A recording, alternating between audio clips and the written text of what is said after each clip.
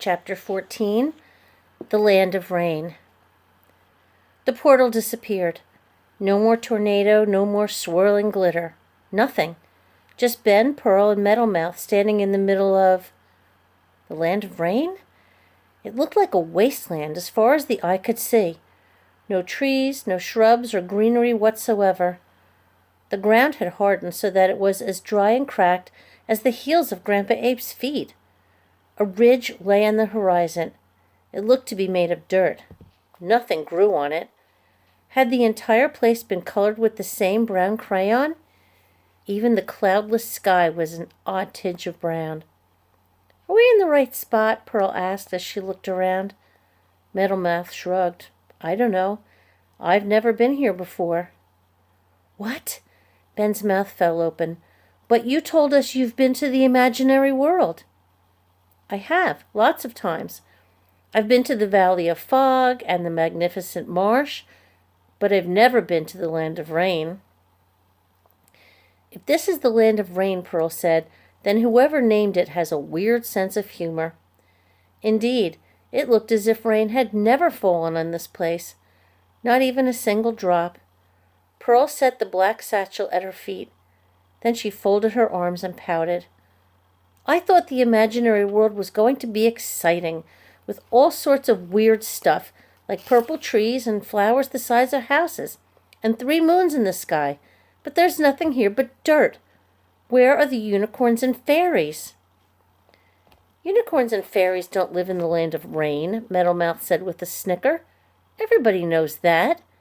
They live in the tangled forest." While it would have been interesting to learn about a forest filled with fairies, Ben was more eager to finish their assigned job and return safely home. "We need to find the rain dragon," he said. "It's dying, remember?" "Where is it?" Pearl asked with a shrug. "Guess we'd better start looking," Ben said. He and Metalmouth began to walk in one direction. Pearl, however, headed in the opposite direction. "Hey!" Ben called. "Where are you going?" "We'll cover more territory if we split up." The satchel hung from her hand. "I don't think that's a good idea," Ben said. "I think we should stay together. What if something goes wrong?"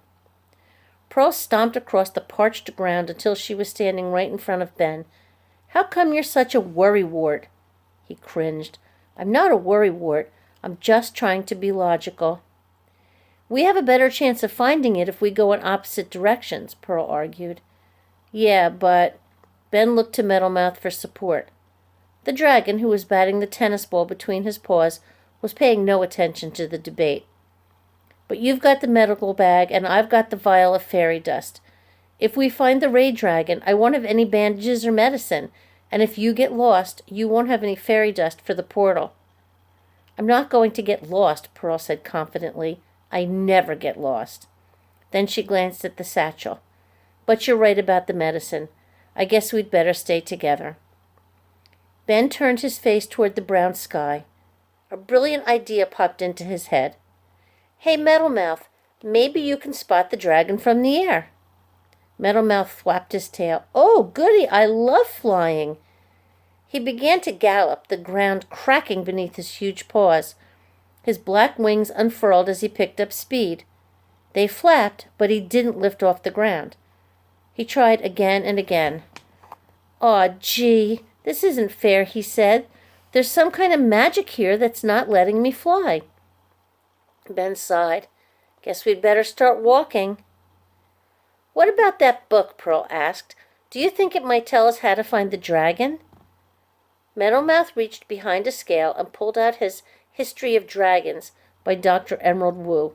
He handed it to Pearl.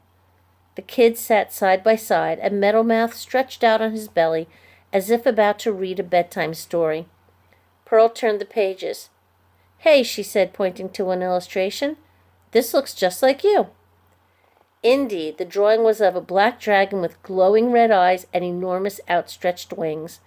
The caption read, "Danger, do not approach. The black dragon burns villages and eats humans." Metalmouth peered over Ben's shoulder. "That's a big fat lie," he said with a snort. "I'd never do anything like that." His steamy breath tickled Ben's neck. "I know just what you mean," Pearl said. Lots of people call me a troublemaker, but that's not fair, because I don't always make trouble." She shrugged. "Well, not on purpose." She turned the page. Meadowmouth gasped. The next illustration showed some angry villagers swinging rakes and swords at a black dragon. "That's too scary," Meadowmouth said, as he held a paw over his eyes. Pearl searched the book until she found a drawing with the caption, "The Rain Dragon." "Oh, look, isn't it pretty?" Meadowmouth dropped his paw. Then he rested his chin on top of Ben's head so he could get a closer look at the book. The dragon in this drawing was totally different from a black dragon. Its 4 legs were attached to a very long green snake-like body.